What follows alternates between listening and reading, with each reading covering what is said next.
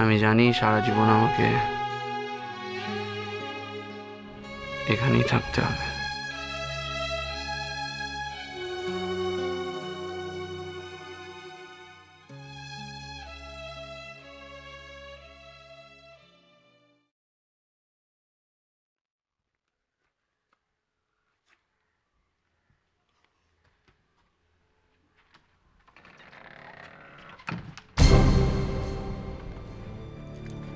কি ব্যাপার? কি হ্যাঁ, কি ব্যাপার তোমার?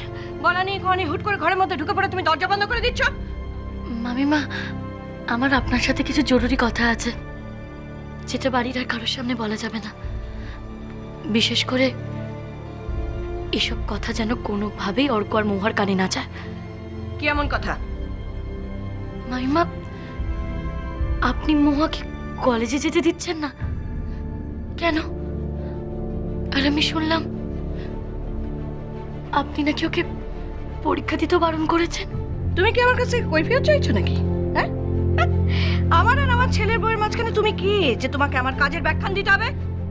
মামিমা, ওই সারা বছরের পরিশ্রম এইভাবে মাঠে মারা যাবে? দেখুন, কত অসুবিধার মধ্যেও কত কষ্ট করে ও নিজে পরীক্ষা প্রিপারেশনটা নিয়েছে।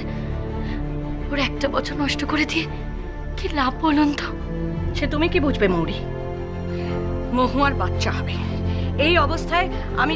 মামিমা, বাচ্চা হবে তো সেটা তো নর্মাল ব্যাপার, সেটা তো কোনো অসুখ নয় যে স্বাভাবিক জীবনযাপন করা যাবে না। আর দেখুন, আমি ডাক্তারের সাথে কথা বলেছি, উনি তো বলেছেন যে এখনো পর্যন্ত বেবি মহুয়া দুজনেরই হেলথ নর্মাল। আর উনি পারমিশনও দিয়েছেন যে মহুয়া পরীক্ষা দিতে পারবে। ডক্টর পারমিশন দিয়েছে তো কি হয়েছে? আমি চাই না মহুয়া এই সময় অকারণে কোনো চাপ নেই। আপনি শুধু শুধু ওকে নিয়ে চিন্তা করবেন না। দেখুন মামিমা, চাপ বা প্রেশারে কিছুই নেই। ও তো কলেজে যাবে বাড়ির গাড়ি করে, ড্রাইভারও আছে। আর তাছাড়া বাড়িতে তো আমরা ওকে সবসময় চোখে চোখে রেখেছি, ওর ঠিক মতন যত্ন নিচ্ছি। আর এখন যদি পরীক্ষাটা দিতে না পারে, এরপরে তো বাচ্চা হলেও আরো আটকে যাবে। মাঝপথে পড়াশোনা বন্ধ করে দেওয়া না মামিমা, এটা কিন্তু একদম ঠিক হবে না। শোনো, কোনটা ঠিক আর কোনটা বেঠিক সেটা আমি তোমার কাছ থেকে শিখবো না। আমার বংশধরের জীবন নিয়ে আমি কোনো রকম ছেলেমিনি খেলতে দেবো না তোমায়। আপনি একবার বোঝার চেষ্টা করুন আমার কথাটা। ওর যদি আমরা পড়াশোনা বন্ধ করে দিই, ও কি করে ওর কেরিয়ারের কথা ভাববে বলুন তো? কি কি বললে তুমি? কেরিয়ার? মুড়ি, কি ভাবো কি তুমি আমাদের? কি ভাবো যে আমরা হামাদের ঘর থেকে এসেছি ছেলের বউয়ের রোজগারের পয়সায় বসে বসে খাবো? না, মহুয়া কোনো দিন কোনো রকম চাকরি বাকরি করবে না। ঘরে বসে শুধুমাত্র ছেলে মেয়ে মানুষ করবে, এই যথেষ্ট। না মামিমা, আজকালকার দিনে এটা যথেষ্ট নয়। নিজের পায়ে দাঁড়াতে হলে তো। দেখো মৌরি, তুমি তোমার জীবনে ঠিক যা যা করেছো আমি চাই না মহুয়া ঠিক সেই সেই কাজগুলো করুক। আমি জানি তুমি প্রেগনেন্ট অবস্থায় পরীক্ষা দিয়েছিলে, কেরিয়ার কেরিয়ার করে জেদ করে তুমি নিখিলকে তুত্তর করে তাড়িয়ে দিয়েছিলে। অহংকারের ধরাকে সরা জ্ঞান করে তুমি নিখিলকে ওর বাচ্চার বাবা বলে স্বীকার করে নাওনি। এখন বোনটাকেও সেই পথে টেনে না নেওয়ালে তোমার শান্তি হচ্ছে না, তাই না? দোহাই আপনার মাইমা, দোহাই আপনার, আমাকে এইভাবে আঘাত করবেন না। দেখুন, আমরা তো কথা বলছিলাম মহুয়ার কেরিয়ার নিয়ে। থাক থাক মৌরি, এই বিষয়ে আমি তোমার সঙ্গে কোনো রকম তর্ক করতে চাই না। শুধু জেনে রাখো, মহুয়ার পরীক্ষা দেওয়া হবে না। তোমার কথায় নিয়েছে মহুয়াকে আমি ওর বাচ্চাটাকে নষ্ট করতে দেব না। নিজেরটা নেই বলে এখন বোনেরটাও সহ্য করতে পারছো না, তাই না? যেন তেন প্রকারে ওর পেটেরটা না বললে তোমার শান্তি হচ্ছে না বুঝি?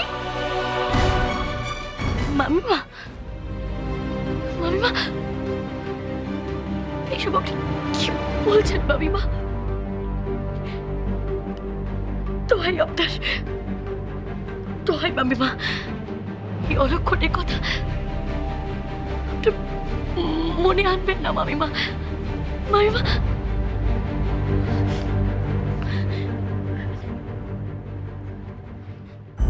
আপনি আমাকে যতই আঘাত করার চেষ্টা করুন না কেন, যতই আমাকে দুর্বল করে দেওয়ার চেষ্টা করুন, একটা কথা আমি আপনাকে জানিয়ে রাখি, মহুয়াকে আমি পলাশডাঙ্গা থেকে কলকাতা এনেছিলাম শুধুমাত্র পড়াশোনা করানোর জন্য।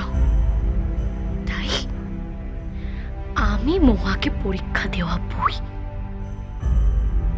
ও পরীক্ষা দেবে।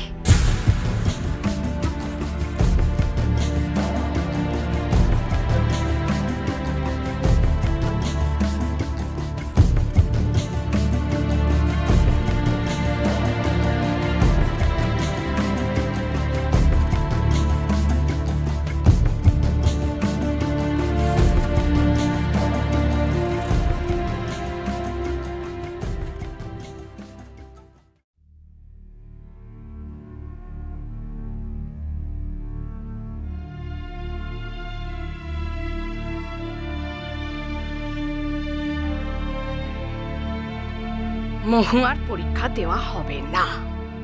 তোমার কথায় নেচে মহুয়াকে আমি ওর বাচ্চাটাকে নষ্ট করতে দেব না। নিজেরটা নেই বলে এখন বোনেরটা সহ্য করতে পারছো না, তাই না? যেন তেন প্রকারে ওর পেটেরটা না বললে তোমার শান্তি হচ্ছে না বুঝি?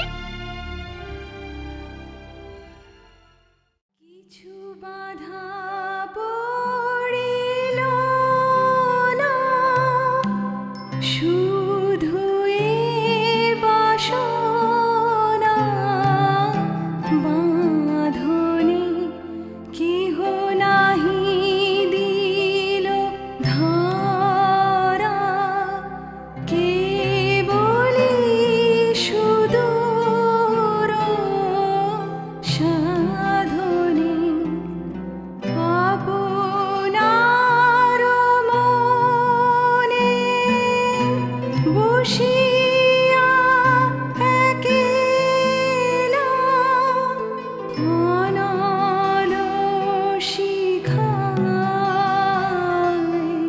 কি করিনু খেলা, দিন শেষে দেখি ছাই হলো সব হুতাশে হুতাশে, আমি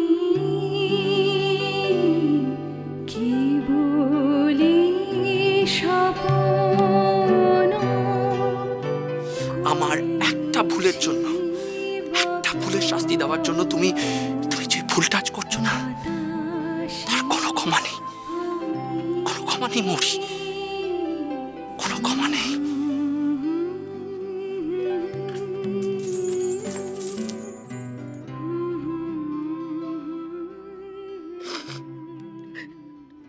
তখন যদি তখন যদি আমি তোমার কথা শুনতাম, জেদ করে অভিমান করে না বসে থাকতাম,